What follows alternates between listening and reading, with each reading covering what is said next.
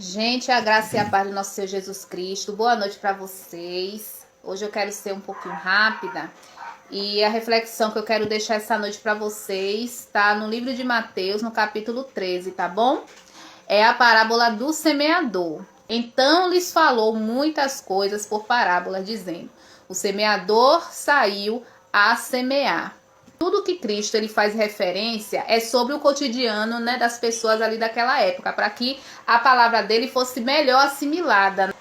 Então ele usava elementos, ele usava o recurso da época, ele usava as atividades que eram feitas na época. E nesse caso aqui, a referência que ele faz é de um agricultor. Século 21, que a gente sabe, né, que a atividade agrícola, ela é feita com maquinário, né, com muitas coisas. Antigamente não era assim, né? O fazendeiro, ele jogava as sementes de uma forma aleatória. E essas sementes, levadas pelo vento, algumas caíam, né, em um terreno mais pedregoso e alguns caíam em um terreno fértil, onde ali produzia frutos. Então não é à toa que Cristo ele trouxe essa referência. Eu gosto de usar as minhas experiências, né, alguma coisa que Deus está trabalhando em mim e que eu fico observando. Porque Deus ele tem a forma dele de trabalhar individual em cada um de nós. E a gente sente quando Cristo ele está trabalhando algo em nós, porque a gente vê que as circunstâncias da vida, ela já vai mostrando onde é que Deus ele quer trabalhar na nossa vida. Deus está trabalhando muito no quesito de se analisar. Somos tendenciosos a ser peritos, né, dos outros. A gente costuma olhar muito para o outro. Mas Deus nos convida a nos examinar. E tem uma coisa, gente. Deus ele nos dá liberdade, né? O livre-arbítrio. A instância, né, parece algo muito bom. É bom e é muita responsabilidade, porque a liberdade é escolha. Deus ele vai pedir de você coisas e você vai escolher se você quer ou se você não quer. O mundo vai te oferecer coisas que você também vai poder opinar se você quer ou se você não quer. A vida vai te colocar em circunstâncias que você vai ter que escolher o que é que você quer da sua vida. E Deus ele não interfere no seu livre-arbítrio.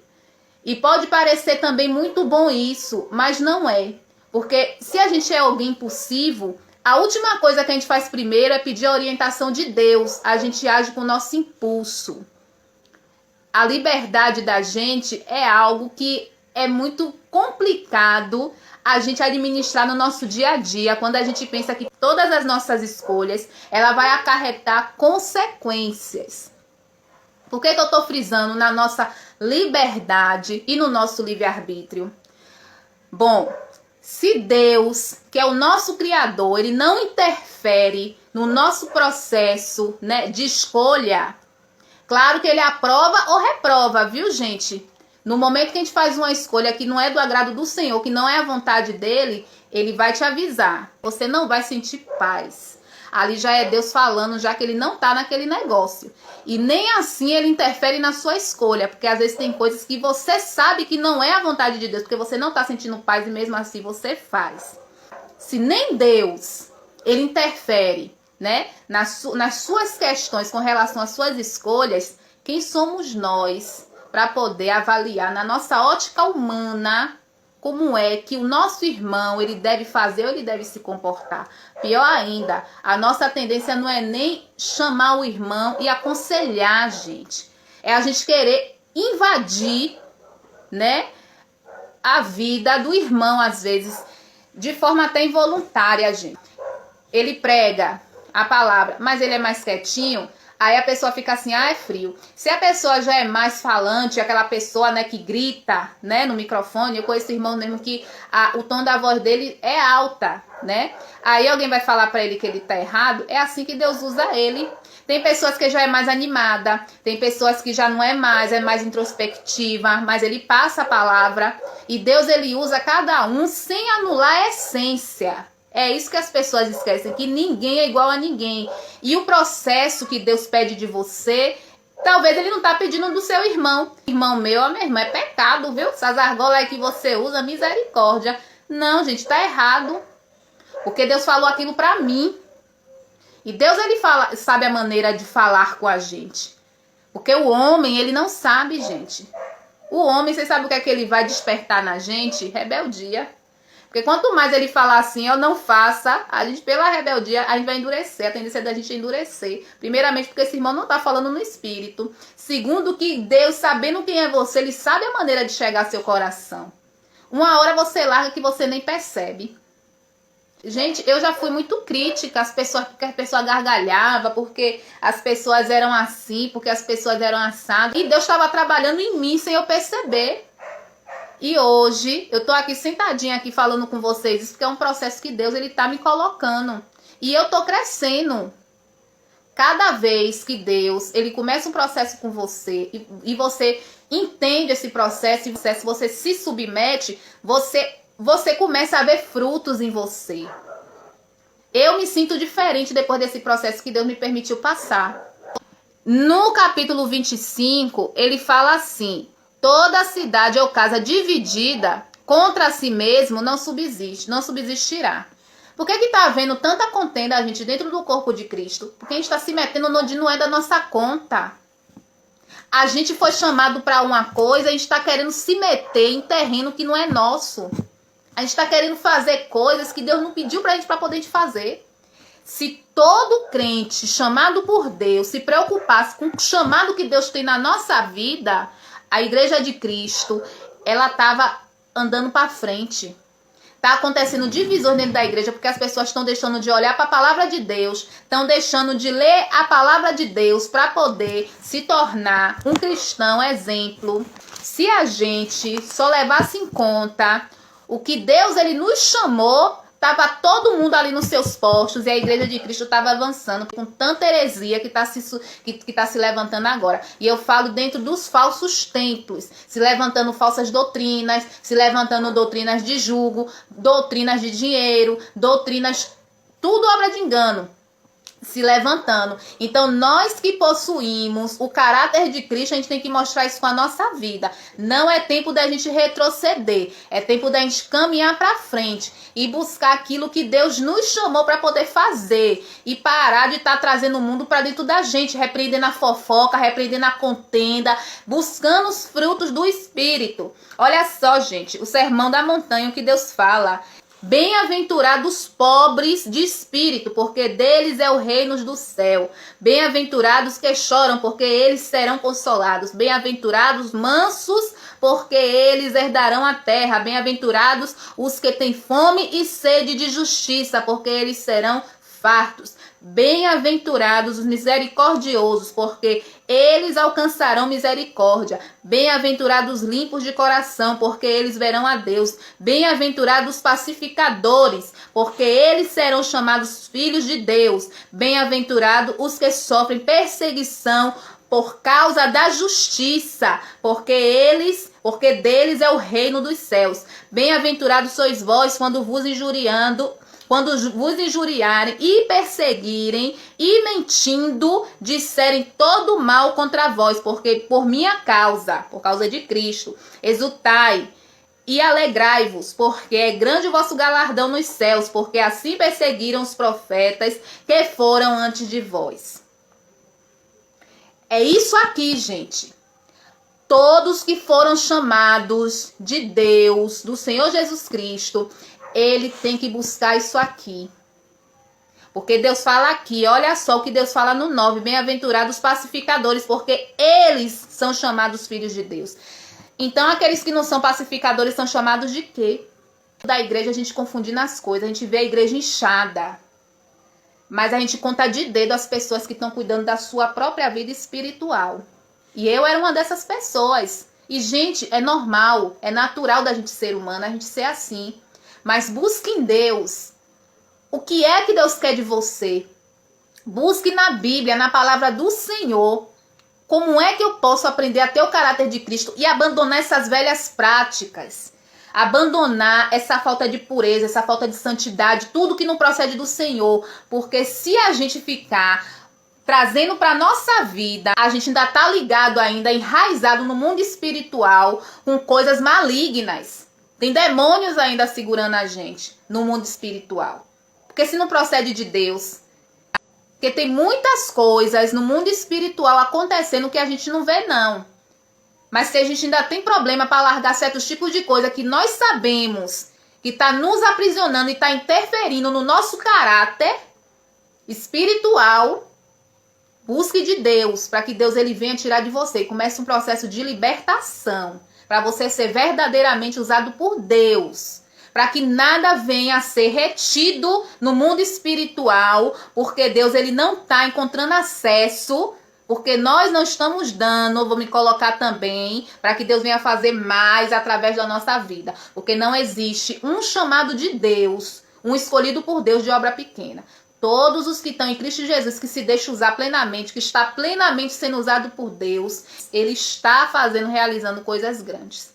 E não tem negócio de tempo não, viu? Ah, eu tenho pouco tempo, eu tenho muito tempo. Não tem isso não, viu, gente? Esquece isso também. Deus, ele não é limitado. Limitados somos nós. Vai dando espaço, dando lugar, Deus vai te usando. Assim como se você der legalidade pro inimigo. Não pense que é porque você tá dentro da igreja e você dando legalidade pro inimigo, ele não vai entrar para poder paralisar a tua vida espiritual, não. Porque o diabo, ele tá saracuteando dentro de muitos templos, porque tem gente que tá pensando que igreja é abrigo subterrâneo, um bunker, né? Tá ali escondidinho lá, ele se escondeu ali dentro, o diabo não atua, mas o diabo tá entrando bonito, porque as pessoas, em vez de estar abandonando, as pessoas estão trazendo para si, estão olhando para o irmão, mas não estão olhando para si mesmo. Ah, Norma, mas o que é que isso tem a ver com a passagem aí do semeador? Sabe por quê, gente? Porque quando Cristo, ele fala, né, a respeito dessa parábola, ele tá aqui deixando bem claro. As nossas palavras, ela convence muito pouco. Deus fala, ó, ide por toda a terra, né, e fazer discípulos. O ide de Jesus é para você ir. Paulo fala lá em Coríntios, se eu não me engano. Eu joguei a semente, outro veio e regou, mas quem dá o fruto não é a gente, não. Quem dá o fruto é Jesus. Quem faz a obra é Cristo. A gente não faz nada. A gente vai lá e lança, ó. A gente vai lançando as sementes. A nossa parte é essa. Aonde vai cair, aí é outra coisa. Deus está falando aqui com o semeador, dando o exemplo do semeador. Ele não está falando assim, não, esse semeador, ele tem que jogar essa semente no lugar certo, ele está jogando aleatório. Não, gente. Ele está falando que ele joga. E às vezes o vento vem, ó, leva e vai cair num terreno espinhoso, né? Esse que cai no terreno espinhoso é o que o evangelho ali, ó, chega, mas o mundo já sufocou. Vem e sufoca, ele morre. Outro num terreno pedregoso, que ele dá até o fruto rapidinho.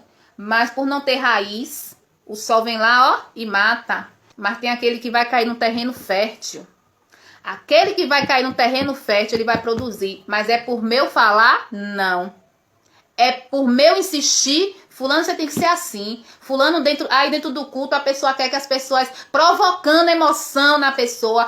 Ah, a música, bota uma música aí de fundo. E isso e aquilo, querendo, sabe, causar um movimento. E não é isso que vai te salvar. A palavra de Deus, ela só é... A Bíblia tá virando que nem no tempo de Zedequias, onde ele achar que tava lá, o povo já tinha botado a palavra de Deus de lado e já tinha a Bíblia sumida ali no meio de destroços. Porque as pessoas agora estão tendo a Bíblia como uma coisa secundária. Isso não pode acontecer.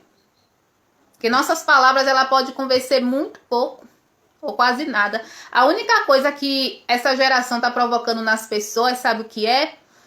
É as pessoas estar aceitando a Cristo por emocionalismo, por causa da musiquinha de fundo, por causa da sua boa retórica hermenêutica, né? Nas suas palavrinhas bonitas, né? Aquele domínio da palavra morta. E as pessoas se emocionando, aí passa um dia, 2, 3, não tá mais na igreja, some. Porque o efeito já passou. Isso quando dura 3 dias, viu? Quando não aceita hoje, amanhã nem vê mais a cara da pessoa que aceitou Jesus. Olha, gente, tanta gente que esses dias eu tô vendo aceitando, que eu nem me lembro se a pessoa... Eu nem me lembro se você disse assim, quantas pessoas, Norma? Um monte. Mas quem foi? Não sei. Porque tem pessoas que levantou lá a mão e Deus ajude que esteja congregando em outro lugar, porque lá na igreja não tá. Então, o que é que tem a ver a passagem do semeador? É isso. Deus que ele tá falando é, lança a semente.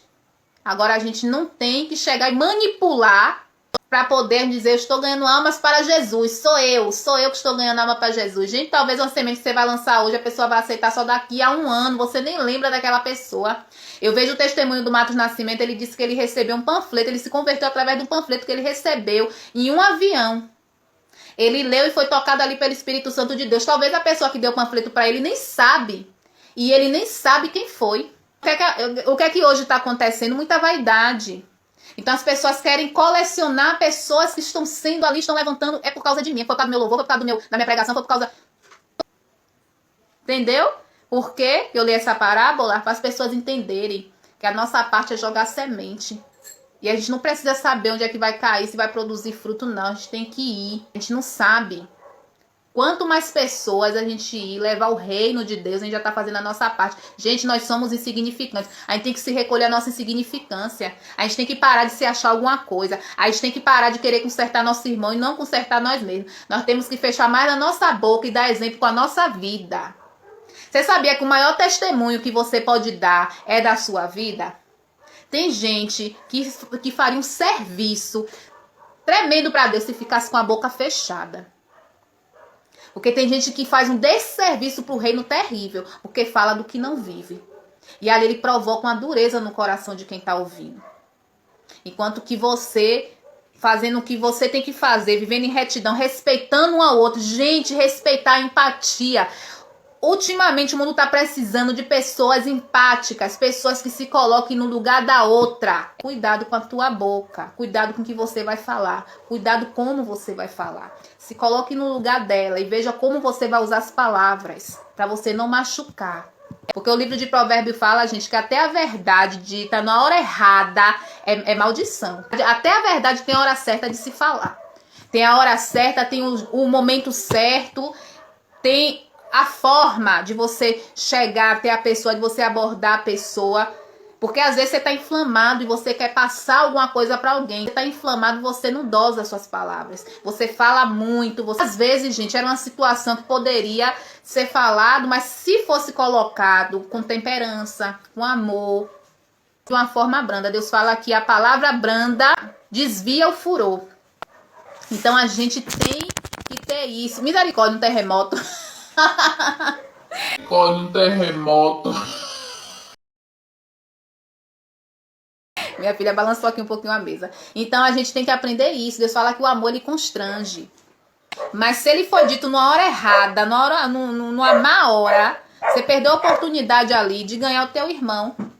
Só o que você conseguiu ali foi endurecer o coração dele, ele vai ficar pior. Deus fala que se você convencer aquele seu irmão, você ganhou, né? E se você chega numa hora errada, né, com uma palavra mal colocada, a pessoa tá cansada, tá estressada, a pessoa não tá querendo ouvir e também tá toda inflamada, né? Porque você já tá vendo coisa aqui, coisa acolá, você escolhe uma hora péssima pra soltar as feras. Você vai esperar o quê? Flores de volta? Você vai esperar que a pessoa entenda? Não, as pessoas não vão entender, gente. Porque eu não tenho o direito de maltratar ninguém, em circunstância nenhuma, por motivação nenhuma. Eu tenho que aprender a ter domínio. A língua, Deus fala que a língua é um membro pequeno, mas que causa uma destruição terrível. Nós venhamos a ter empatia pelo outro, se colocar no lugar do outro. Agora tem uma coisa também, gente. Para você ser agradável, você também tem que se calar diante das coisas acontecendo também não, viu? A obra de Deus ela tem que caminhar para frente. Se você está introduzido em uma obra e as coisas não estão acontecendo, não se cale não. Peça a Deus, momento, circunstância, situação, temperança para você ali agregar no ministério de Cristo, né? Porque são duas vertentes, porque as pessoas gostam muito de extremos, né? Parece que quando eu tô falando assim, que a gente tem, né? Que tem empatia pelo outro, a forma de falar, não é que a gente vai deixar de falar, mas que a gente vai escolher o momento certo, na hora certa, no tempo de Deus pra gente falar. Você acha que se a gente está observando Deus que está no céu lá, que quer as coisas dele com ordem e decência, você também não está observando, não? Claro que sim. E mais interessa para ele que as coisas dele caminhem com ordem, com decência.